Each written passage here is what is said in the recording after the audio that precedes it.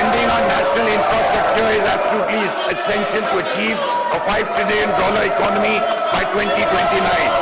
While India has experienced rapid growth, becoming the world's fastest growing economy in 2026, for sustainable long-term growth, we urgently need world-class logistics and industrial corridors in our Tier 2 and Tier 3 cities. To resolve this capital bottleneck and reduce central reliance, will the Finance Minister consider establishing a dedicated municipal bond guarantee fund with partial sovereign backing? By introducing this structural financial reform, we can empower capable urban local bodies to independently raise private capital, develop regional infrastructure hubs, and accelerate our overall national economic growth. Honorable Minister.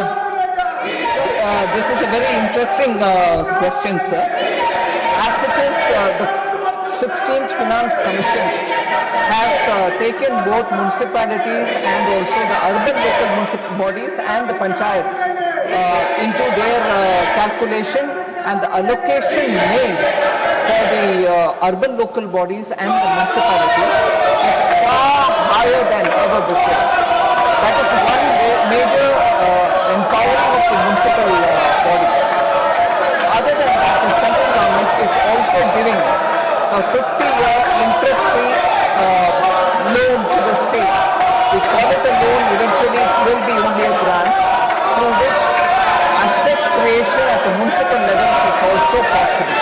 And many states are doing exemplary asset creation at the municipal and also the Tier 2 and Tier 3 cities.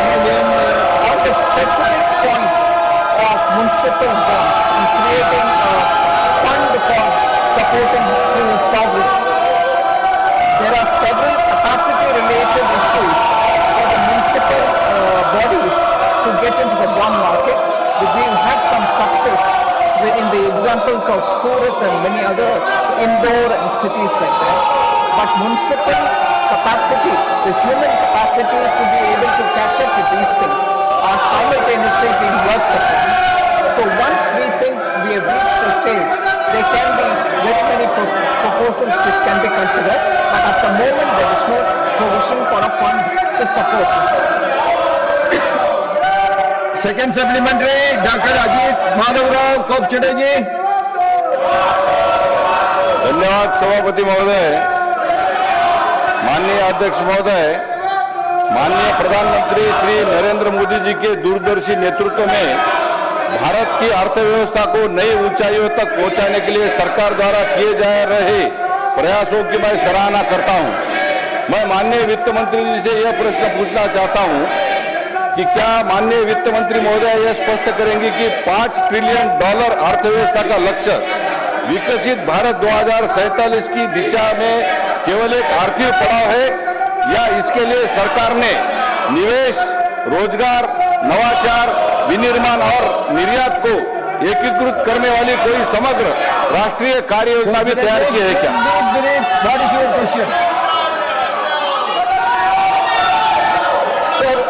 The honourable member has raised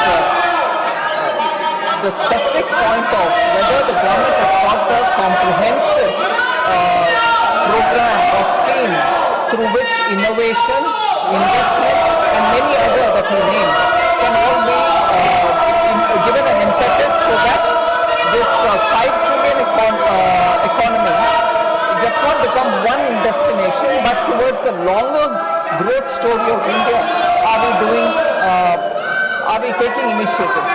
There are several initiatives which are actually a part of this written answer that we've given, not just from the government but also through ease of doing business, the regulators coming into the play so that everything becomes easier for investors. Also for innovation, we are supportive of the startups in such a way that when they want to register a patent, it doesn't take too long, and the patent which is registered can also be quickly commercialized. Other than this, there are several such programs through various departments, like the PLIs that we give, which is an extremely good success story in not just getting one particular industry to manufacture, but to bring the entire ecosystem itself is paying off very well for the economy to be buoyant. Third supplementary, Shriman Pramod Boraji. Honorable Chairman sir, with your permission, I want to ask Madam Finance Minister, in view of the government's objective of making India a $5 trillion economy by the financial year 2028-29, will the Honorable Minister be pleased to state how the farmers of the country are expected to benefit from the achievement of this objective in terms of increase of farmers' income in real terms? Thank you. Honorable Minister. Sir, actually, as regards farmers, I am very glad to say because of the leadership of Prime Minister Modi, we are maximizing on the procurement of every listed 22 items of the cereals and pulses. There is a great emphasis given for Dalhan and Kohan, through which farmers who are growing difficult based crops are also able to earn very good value. The move towards getting ethanol from sugarcane and from maize has also added to the income of the farmers. The direct transfer of 6,000 rupees to the accounts of the farmers so that they can take care of any input cost additions or any emergency in the household has also given them additional income. Moreover, the Kisan Credit Card is now extended even for animal husbandry and for fisheries. So people who are growing fish in backyard ponds or keeping cattle are also given assistance through the KCC, and a concessional loan is provided to them. Even more, not just animal husbandry and fisheries, keeping goats or pigs, keeping piggery also is given, and that has made a lot of difference for the Northeast in particular. And these kind of steps have ensured that farmers are able to get better value for their produce. More importantly, sir, farmers are using solar pumps through which they have saved on electricity cost, and as it is, because of solar pumps, they are able to produce much more than what they require. So they upload it to the grid and they are getting paid for each of the megawatt that they are producing. So farmers are becoming Urja Data for the country also. So there are very many such steps through which farmers are able to benefit by the Vikasit Bharat initiatives that we are taking. The PM Dhan Dhanya Krishi Yojana, which is spread over 100 districts in the country, particularly where the agricultural productivity is poor, are directly helping the farmers to have better irrigation, better cropping, better value addition, high quality seeds and better marketing. All this is aimed at improving the farmers' lot. Fourth supplementary, Srimati Darshana Singh ji.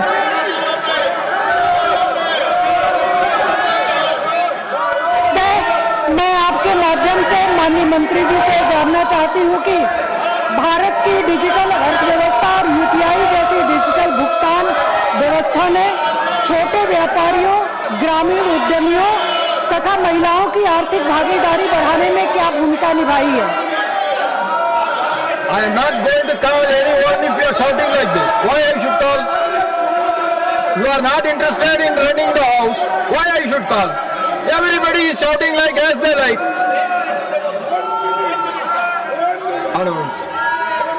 Specific question on the steps that are being taken to empower women and also small MSME units which are present in the rural areas.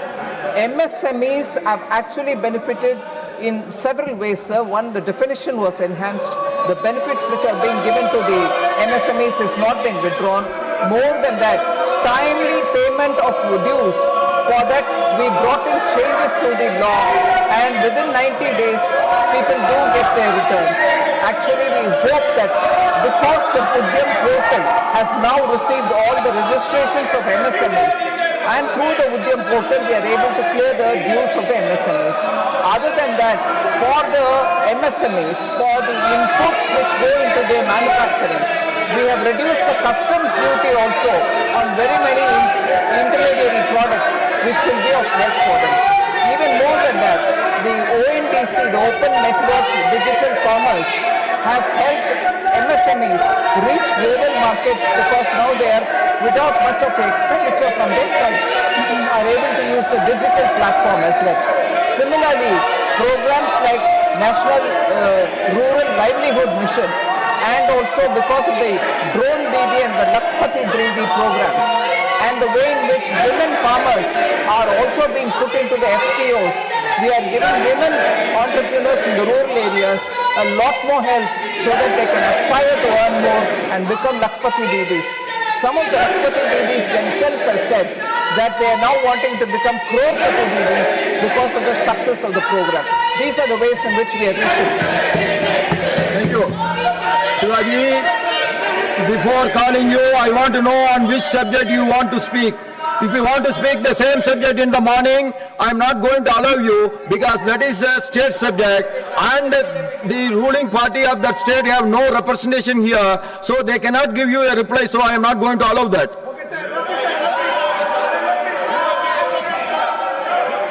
No, you tell me. Give the mic to Shivaji ji. But before speaking, you should tell what subject you are. If you are raising the same law and order subject, I am not going to allow you. No. This is Council of States, sir. This is Council of States. We represent the state of Tamil Nadu. No. That's not a PM today.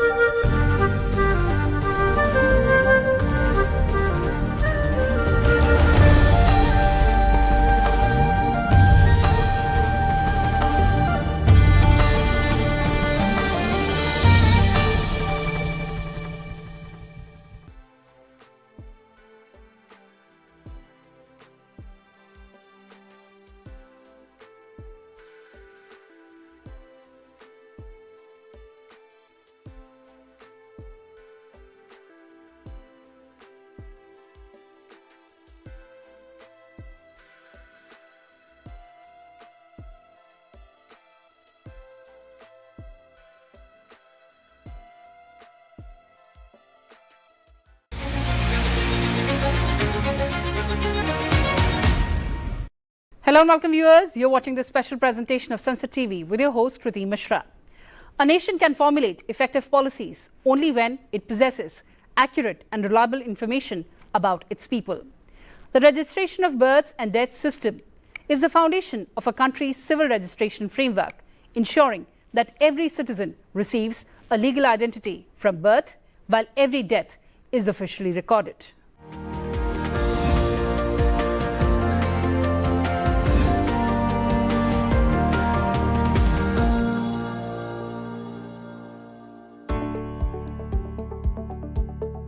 The bill was introduced in the Lok Sabha and it seeks to amend the Registration of Births and Deaths Act 1969, primarily to tighten the rules governing delayed registration of births and deaths, particularly where registration is sought more than 2 years after the occurrence of the event. Responding to the concerns raised during the introduction stage, Minister of Home Affairs Nityanand Rai said that the legislation is intended to curb fraudulent registrations without causing hardship to genuine citizens. He maintained that birth and death certificates form the foundation of several legal and administrative processes and therefore their authenticity must be protected through stronger safeguards. मैं माननीय गृह मंत्री जी की ओर से प्रस्ताव करता हूं कि जन्म और मृत्यु रजिस्ट्रेशन अधिनियम 1969 का संशोधन करने वाले विधेयक पर विचार किया जाए। प्रश्न यह है कि खंड 1 अधिनियम सूत्र और विधेयक का पूरा नाम विधेयक का अंग बने। जो सदस्य इस पक्ष में है वो हाँ कहे, जो सदस्य इसके विरोध में वो ना कहे। मेरे विचार में निर्णय हाँ वालों के पक्ष में हुआ, हाँ वालों के पक्ष में हुआ। खंड 1 अधिनियम सूत्र और विधेयक का पूरा नाम विधेयक का अंग बना। मंत्री जी अब यह प्रस्ताव करें कि प्रश्न यह है कि विधेयक को पारित किया जाए। जो सदस्य इसके पक्ष में वो हाँ कहे, जो सदस्य विरोध में वो ना कहे। मेरे विचार में निर्णय हाँ वालों के पक्ष में हुआ, हाँ वालों के पक्ष में हुआ। प्रस्ताव स्वीकृत हुआ और विधेयक पारित हुआ। The registration promoting timely reporting and enhancing the credibility of official records. The bill reflects the government's commitment to improving governance, preventing fraud and ensuring greater administrative efficiency. Under the amended law, delayed registrations are divided into two categories. Applications made between 1 and 2 years after a birth or death will continue to require approval from the district magistrate, subdivisional magistrate, or an executive magistrate having jurisdiction over the area where the event occurred. However, where the delay exceeds 2 years, the approval process will undergo a significant change. Instead of executive authorities, registration will now be permitted only after obtaining an order from a first-class judicial magistrate. The government has said that transferring this power from executive to the judiciary will ensure greater scrutiny and reduce the possibility of fraudulent or fabricated entries in official records. The proposed legislation also makes factual verification mandatory for every delayed registration. The designated authority will be required to verify the correctness and authenticity of the reported birth or death before granting approval. Applicants seeking delayed registration will also be required to pay a prescribed fee, the amount of which will be notified separately through rules framed under the Act. According to the statement of objects and reasons accompanying the bill, birth and death certificates issued under the Act constitute legally admissible proof of occurrence of a death or birth. The government has also said that strengthening the verification mechanism will help curb fraudulent registrations while ensuring that genuine cases continue to receive legal recognition after due scrutiny. The government has also said that amendments are expected to encourage citizens to report births and deaths within the prescribed period of 21 days, thereby improving the completeness, accuracy and reliability of India's civil registration system.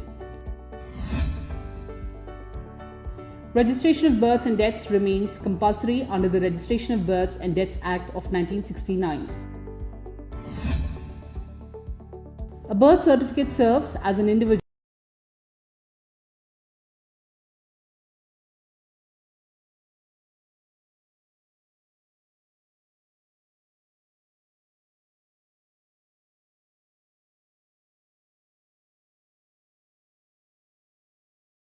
first legal identity document and is required for school admissions, passport issuance, Aadhaar enrollment, inclusion in electoral rolls, inheritance claims and access